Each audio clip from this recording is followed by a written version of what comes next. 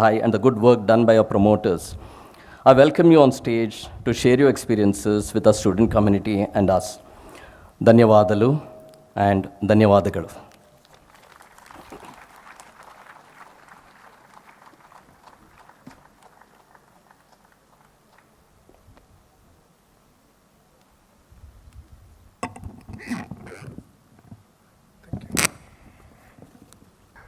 Good evening, everyone. Today is not just a graduation ceremony, it is a special moment where memories meet dreams and students here become future leaders. When the school team came to meet me and invite me for this ceremony, what surprised me most was the theme that you chose, which is pioneering possibilities. It says a lot about the students here, the vision that you have. Because this is not just a theme, it's a mindset. It reflects courage, it reflects curiosity. It honestly reflects a generation that is not afraid to ask what's next, and more importantly, why not? And this is exactly what the world needs today. I would like to acknowledge Brijeji's vision at the Satwa Group, the role that he's played in shaping not just infrastructure, but institutions like Greenwood High. Today, Satwa is also becoming part of the growth in the great state of Andhra Pradesh, and that is where I met Neeruji. And she spoke on and on about Greenwood, and she invited me to come. And that is how this connection began, and that is how I have the privilege of standing before all of you here today. And I must say, what I see here today is not merely infrastructure, but what really excites me is institutions like Greenwood High are truly creating global citizens. Standing here also makes me nostalgic. It reminds me of my graduation days at Carnegie Mellon and at Stanford, where I remember those days were filled with dreams, ambition, and a lot of uncertainty in front of me.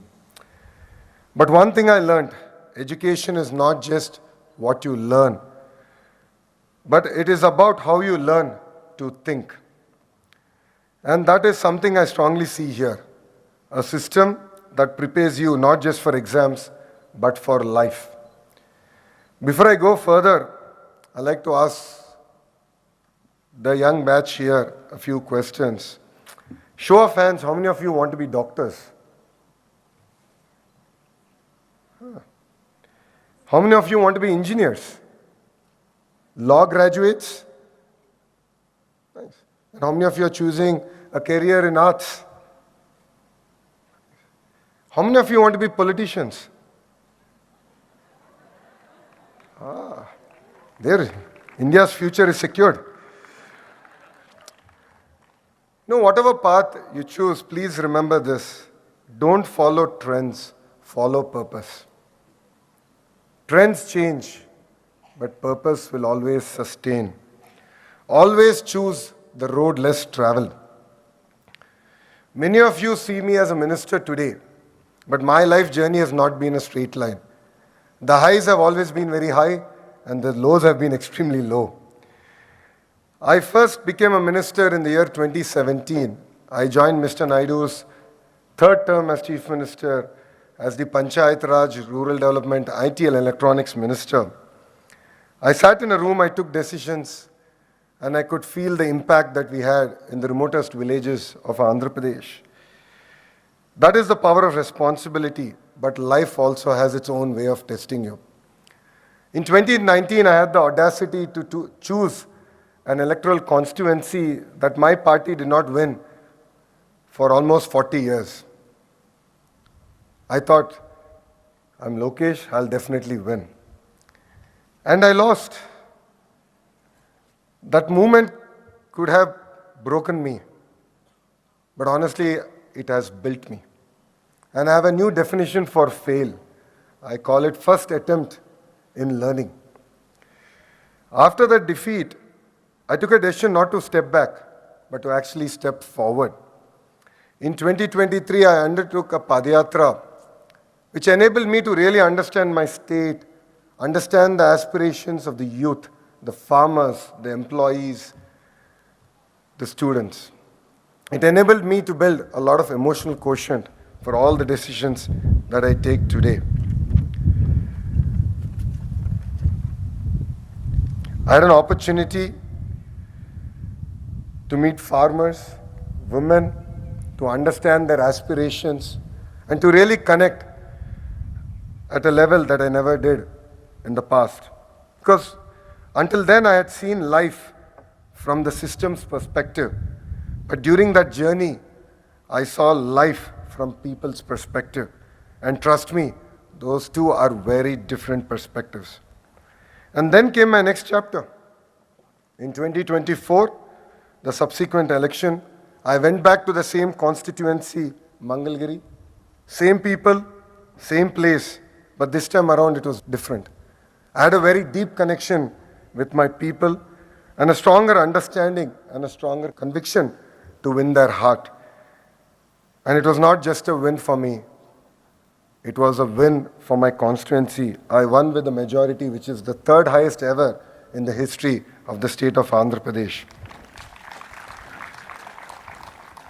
You know, when I look back and I reflect, that journey was not mine. It was a reflection of trust. It was a result of listening.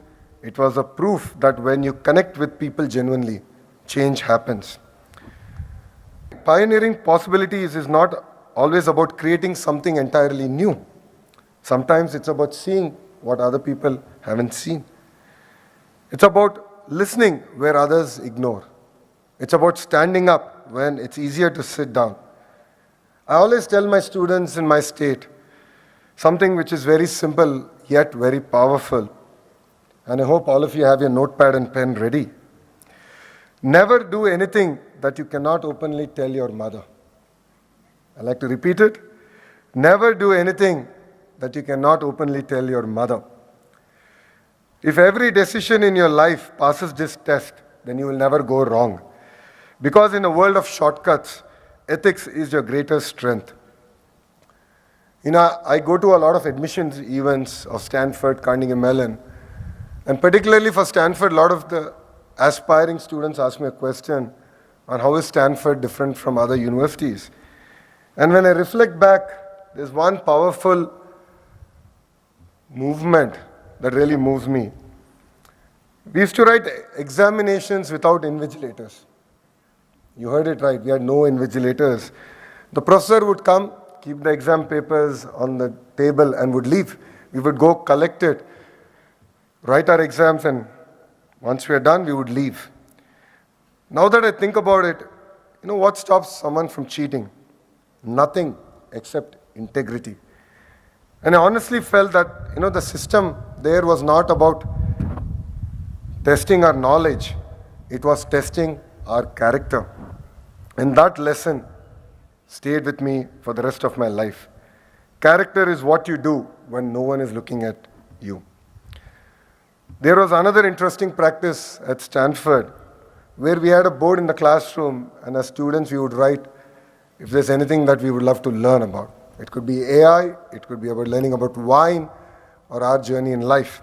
And other students would go by, and if they were interested to collaborate and share their experiences, they would actually write their name. And that was the power of collaboration. That was the power of peer learning that I had at Stanford. And that is the network you build in institutions like that. Today, as you're stepping into a world that is changing faster than ever, technology is evolving, jobs are changing, entire industries are transforming. Some of the jobs you will do are in sectors that are yet to be discovered. So, what do you need to do?